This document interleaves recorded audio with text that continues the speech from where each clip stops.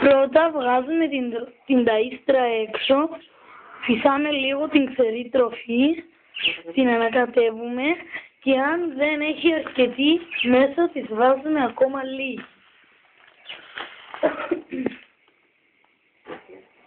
Μετά την τοποθετούμε στη θέση.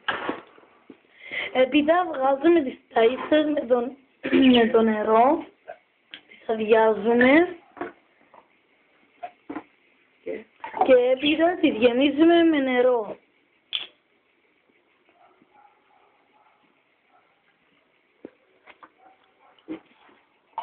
Έπειτα την κλείνουμε. Μετά την τοποθετούμε στη θέση. Το ίδιο γίνεται και με την άλλη ταΐστρα. Με συγχωρείτε.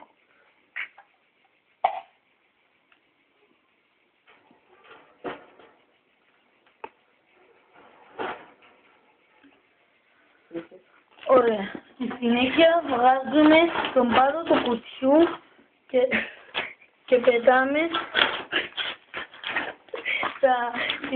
τις άχρηστες εφημερίδες. Στη θέση τους βάζουμε καινούριες.